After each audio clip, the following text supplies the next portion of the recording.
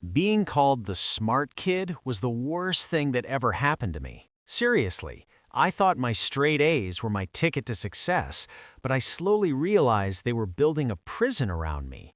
They taught me to be terrified of the one thing that actually makes you grow: failure.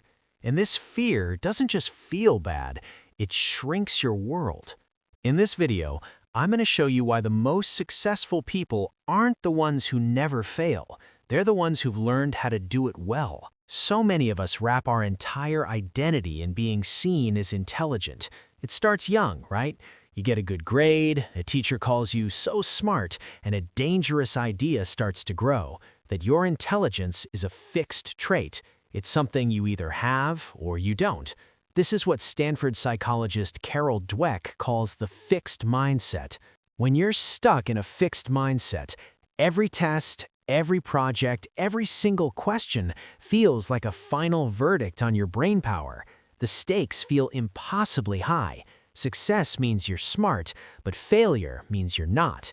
So what do? You start dodging anything that has a whiff of failure. You pick the easier project, you stay quiet in class so you can't be wrong, you put off that tough assignments because, hey, if you don't really try, you can't really fail, right?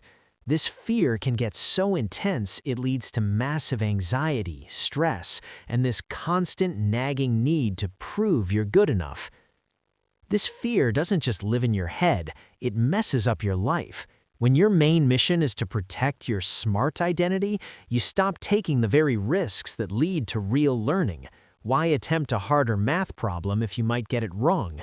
Why sign up for that coding class you're curious about if you might struggle?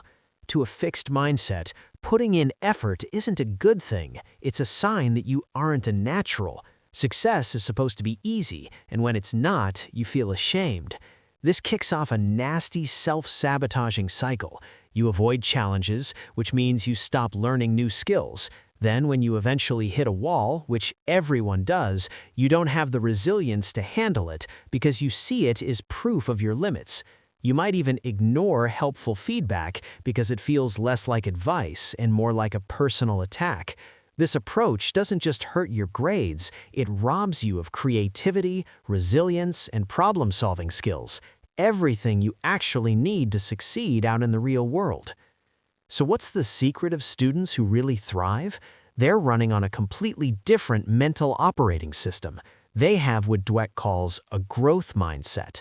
This is the belief that your intelligence and your talents aren't set in stone. They can be developed through hard work, smart strategies, and learning from your mistakes.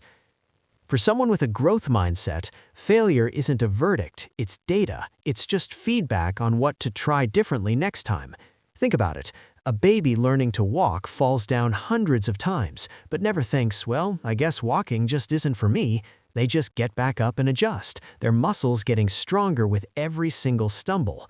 Top students treat learning the exact same way. They see a challenge as a chance to get better, not a threat to their ego. They know that effort is what forges mastery. Let's see this in action. A student with a fixed mindset gets a C on a paper and thinks, I failed, I'm just a bad writer. They feel crushed and their self-worth takes a nosedive. A student with a growth mindset gets that same C and thinks, okay, this grade shows my current approach didn't work. What can I learn from the feedback to make my next paper stronger? They see the grade as a stepping stone, not a tombstone. This shift in perspective is a key reason why studies suggest students with this outlook tend to show more resilience and motivation, because they're focused on improvement, not just on proving themselves.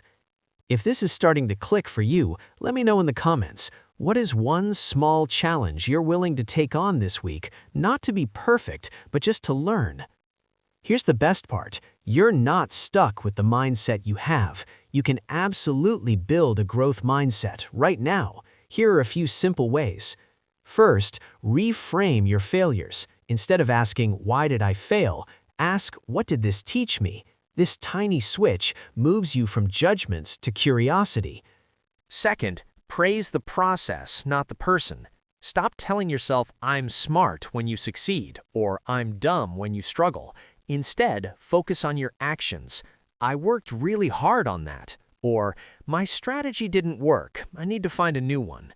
Praising your effort reinforces that your abilities are in your control. Finally, add one powerful word to your vocabulary: yet. Instead of thinking, I can't do this, tell yourself, I can't do this yet. That little word is a promise to yourself that improvement is just a matter of time and effort. Being the smartest person in the room has nothing to do with being flawless. True intelligence is about how you deal with your imperfections. The fear of failure only has power over you if you believe that one single moment can define your worth. But when you shift to a growth mindset, you realize that failure isn't the opposite of success. It's a crucial, unavoidable, and valuable part of the journey. So stop trying to prove you're smart and start focusing on getting smarter.